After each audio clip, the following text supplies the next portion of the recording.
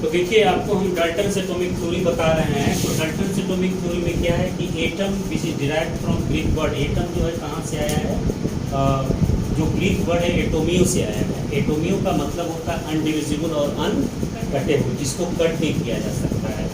और ये जो हमारे जो दार्शनिक हैं, फिलोसफर हैं, डाल्टन्स ने अपने थ्योरी में सो मेनी पॉइंट्स बताया है। जैसे पहला पॉइंट कहा है कि matter is consist of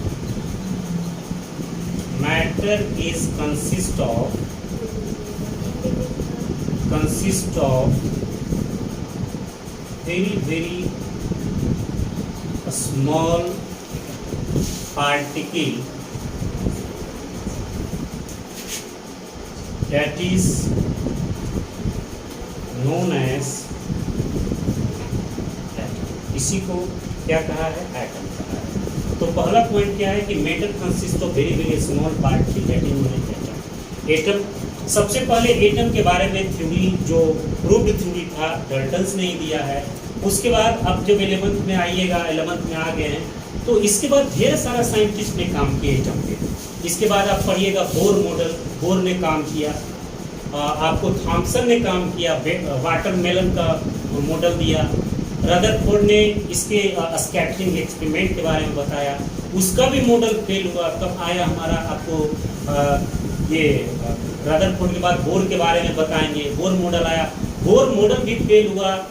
electromagnetic theory आया, इलेक्ट्रोमैग्नेटिक थ्योरी के बाद अभी जो चल रहा है आपको क्वांटम केमिस्ट्री चल रहा है। क्वांटम केमिस्ट्री कहता है कि सभी चीज़ को क्वांटाइजेशन ऑफ एनर्जी के आधार पे, न्यूटन के जो फिजिक्स में आप लोग को दो चीज़ पढ़ना है, एक क्लासिकल फिजिक्स पढ़ना है, एक आपको क्वांटम फिजिक्स पढ़ना है।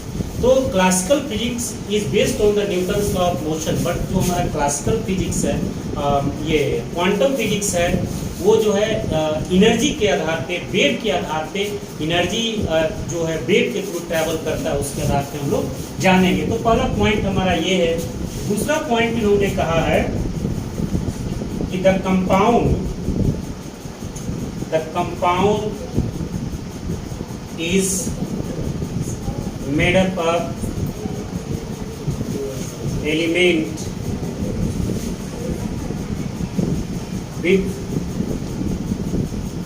With a fix ratio. जो हमारा कंपाउंड बना हुआ है एलिमेंट से, उसमें रेशियो क्या है, एलिमेंट का फिक्स है। एज फॉर एग्जांपल, जैसे अगर H2O है तो इसमें क्या है, 2 हाइड्रोजन है और 1 ऑक्सीजन है, तभी हमारा H2O बनेगा। अगर हाइड्रोजन पेरोक्साइड है तो 2 हाइड्रोजन और हमारा क्या है, 2 ऑक्सीजन है, तभी हमारा हाइड्रोजन पेरोक्साइड बनेगा, नहीं तो नहीं बनेगा। तो इसको हम लोग, आप लोग नोट करें डाल्टन्स के 2 पॉइंट को। उसके बाद हम आप लोग को तीसरा पॉइंट के बारे में भी बताएंगे, ठीक है। चलिए note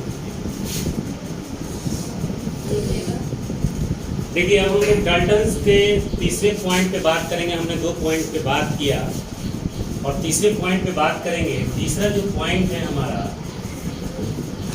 in a chemical reaction,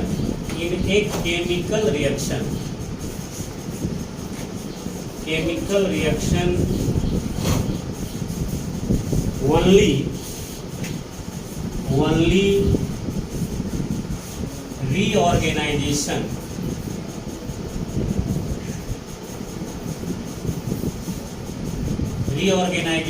of element।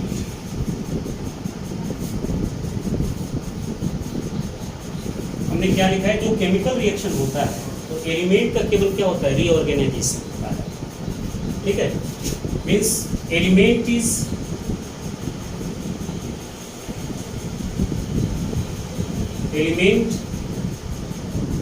not created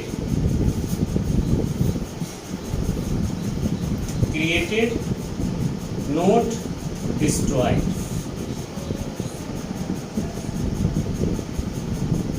means element का नहीं क्रिएशन होता है, नहीं नया एलिमेंट बनता है, नहीं कुछ मीन्स डिस्ट्रॉय होता है। जैसे मान लिया जाए कि हमने H2 का रिएक्शन Cl2 से कराया, तो ये देखिए HCl बन रहा है।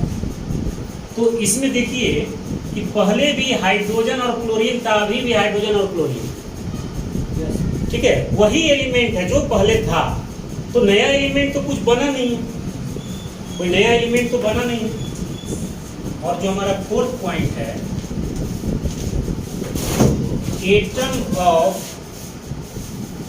Same element, atom of same element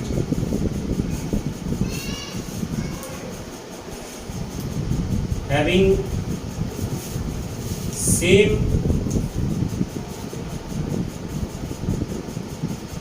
mass and size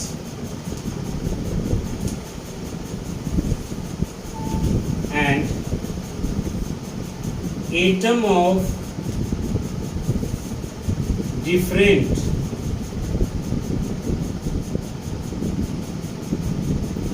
element has different mass,